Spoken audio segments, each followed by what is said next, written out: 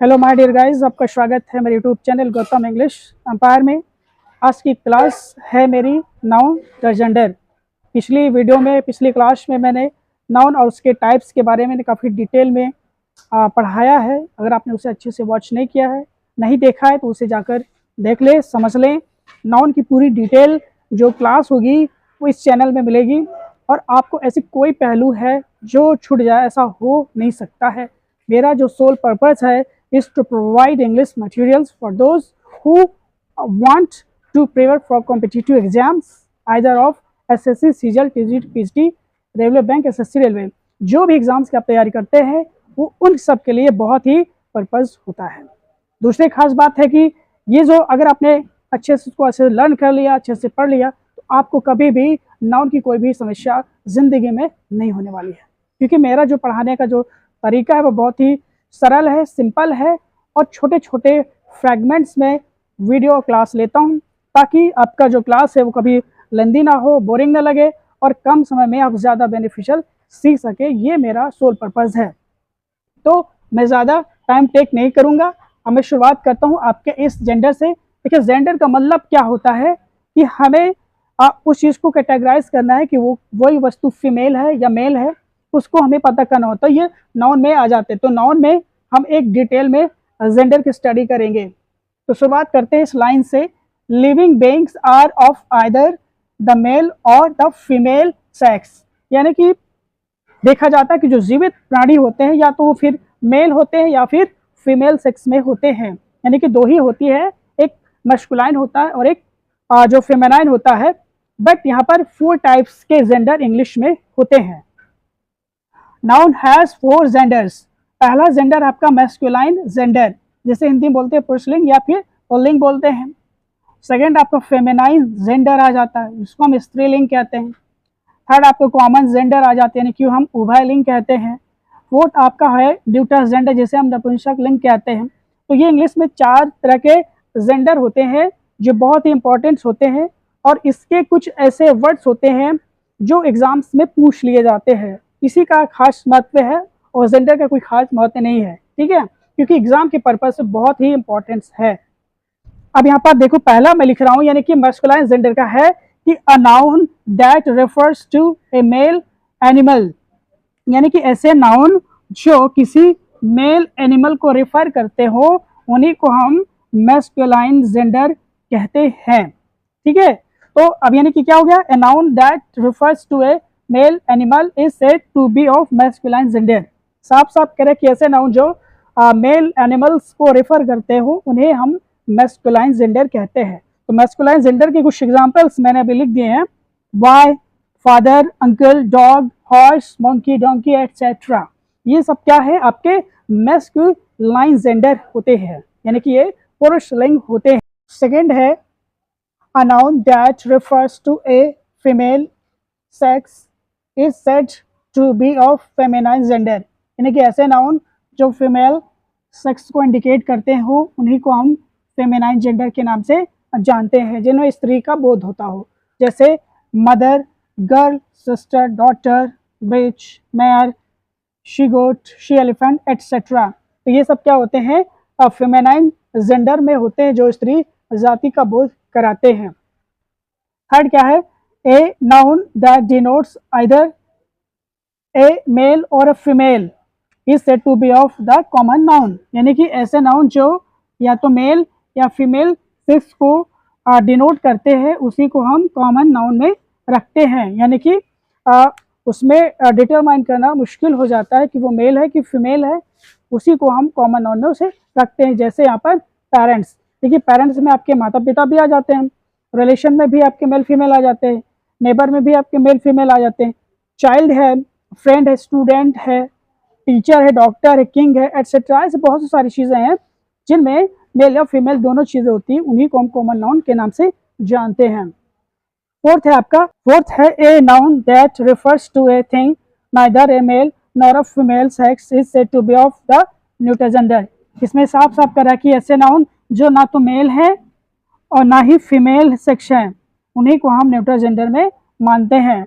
ऐसा माना जाता है कि जो न्यूट्रल जेंडर होता है वो लाइफलेस थिंग्स होती है, या लाइफ होती है तो उसको हम डिटरमाइन नहीं कर सकते, तो उसी को कहते हैं न्यूट्रल जेंडर, यानी कि जिसको जेंडर को आप डिसाइड ना कर सकें। जैसे book, pen, chair, house, tree, birds etcetera. तो ये सब देख रहे हैं, pen, book, pen, chair, house, ये सब क्या है, लाइफलेस थिंग्स है, निर्जीव वस्तु में। तो निर्जीव वस्तुओं को हम क्या करते हैं, न्यूट्रल जेंडर में रखते हैं। लेकिन ट्री है, ट्री तो जीवित होता है लेकिन उसमें जेंडर डिसाइड नहीं कर सकते, तो उसको भी हम क्या करते हैं, न्यूट्रल जेंडर में रखते हैं। जैसे बर्ड्स हो गए, चिड़िया हो गया, तो अब चिड़िया में भी डिसाइड करना मुश्किल हो जाता है कि कौन फीमेल है कौन मेल है, तो उसको भी हम क्या करते हैं, न्यूट्रल जेंडर की कैटेगरी में उसको रखते हैं। तो आप देख रहे हैं कि कितने ही आसान तरीके से मैंने ये आपको डेफिनेशन सहित और विथ एग्जाम्पल्स बताया, ये ज़रूर आपको समझ में आई होंगी। अगर आपने इसको अच्छे से कर लिया तो निश्चित तौर पे आप कभी भी भूलने वाले नहीं हैं। यहाँ पे मैस्कुलाइन जेंडर है और अभी मैंने जेंडर्स कितने प्रकार के होते हैं मैंने बता दिया है। अब ये जो जेंडर्स है जो मैं बताऊंगा ये बहुत ही टिपिकल होते हैं, ये बहुत ही इंपॉर्टेंट होते हैं एग्जाम की दृष्टि से, और इसमें बहुत ही ज़्यादा पूछे जाते हैं। तो स्टूडेंट इसमें गलतियाँ बहुत ज़्यादा करते हैं, वो इसलिए करते हैं क्योंकि उनको जेंडर सही तरीके से मालूम नहीं है। वो क्या होता है कि ऊपर ऊपर को उनको थोड़ा पता है लेकिन डेप्थ में नहीं पता है, तो मैं डीपली आपको बताता हूँ ताकि कोई भी ऐसी चीज़ आपको मिस ना हो। तो इसमें देखते हैं क्या है आखिर इन जेंडर्स में जो बहुत ही इंपॉर्टेंट होते हैं। Masculine gender is for strength. देखिए जो मैस्कुलाइन जेंडर होता है वो स्ट्रेंथ के लिए होता है, यानी कि पावर के लिए होता है, एंड वायलेंस या हिंसा के रूप में जाने जाते हैं, यानी कि ताकत और या फिर अपने बलशाली के लिए, शक्तिशाली के लिए जाने जाते हैं। क्योंकि मैस्कुलाइन जो जेंडर होते हैं वो उन्हें पावर स्ट्रेंथ का प्रतीक माना गया है। तो क्योंकि मैस्कुलाइन में जो होता है फेमिनाइन से ज़्यादा पावर स्टेमिना होता है, तो इसीलिए इसको जो है माना गया। लेकिन किन किन चीज़ों को हम मैस्कुलाइन जेंडर में शामिल करते हैं जो निर्जीव होते हैं, जैसे आपका सन हो गया, जून हो गया, समर हो गया, विंटर, टाइम, डेथ, ओशन, वार, ये जो होते हैं स्ट्रेंथ और वायलेंस के प्रतीक है। तो इनको जो सन है जो मैंने अंडरलाइन किया, ये सब आपके मैस्कुलाइन जेंडर में आते हैं क्योंकि इनमें पावर, स्टेमिना या स्ट्रेंथ या वायलेंस दिखती है। ठीक है, जैसे सन में क्या बहुत तेज धूप होती है तो कितना शाइनी हो जाता है, तो वो क्या हो गया, स्ट्रेंथ का प्रतीक मान लिया गया है। अब देखो वार, युद्ध छिड़ता है तो उसमें कितना विनाश होता है, हिंसा होती है, तो वायलेंस का प्रतीक है, तो उसको हमने मैस्कुलाइन जेंडर में उसे रख दिया है। अब यहाँ पे देखें एक एग्जाम्पल मैंने दिया, the sun sets his beams on rich and poor alike, यानी कि जो सूर्य होता है वो अमीर और गरीब में समान रूप से धूप प्रदान करती है। तो यहाँ पे देखिए सन है, तो यहाँ सन के लिए क्योंकि सन को मेल माना गया है तो मेल के लिए यहाँ पर उसको जो अपने के लिए हिज आएगा, यहाँ पर याद रखिएगा क्योंकि एग्जाम्स में ऐसी चीज़ें बहुत ही ज़्यादा पूछ ली जाती है। तो यहाँ पे कभी कभी इट्स पूछ लेता है तो गलत हो जाता है, क्योंकि सन को मैस्कुलाइन जेंडर माना गया है तो हम उसके लिए क्या करेंगे, अपने के लिए हम हिज का इस्तेमाल करते हैं। ठीक है, यहाँ की जो पॉजेसिव नाउन है वो आपका हिज में होगा, हर में नहीं होगा। ठीक है, इट में भी नहीं होगा क्योंकि ये आपका मेल है। ठीक है, मैस्कुलाइन जेंडर में सन को माना गया इसलिए आपको हिज यूज करना पड़ेगा। अब आते हैं आपका दूसरा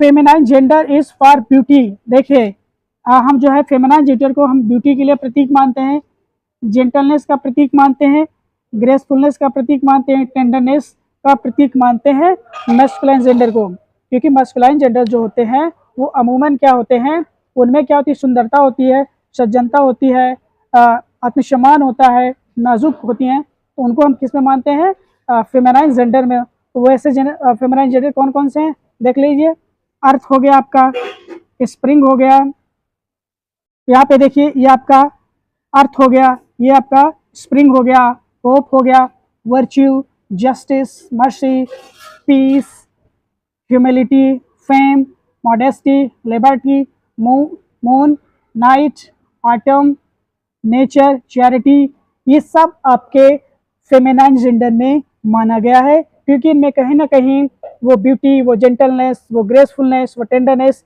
झलकता है, तो इसको हम जो है फेमिनाइन जेंडर में मानते हैं। तो जो पहला आपका है द मून हैज हिडन, यहाँ पे देखो मून क्योंकि फेमिनाइन जेंडर में माना गया है तो मून को हम जो है यहाँ पर हर का यूज करेंगे, यहाँ पे पॉजेसिव जो नाउन होगा हर होगा।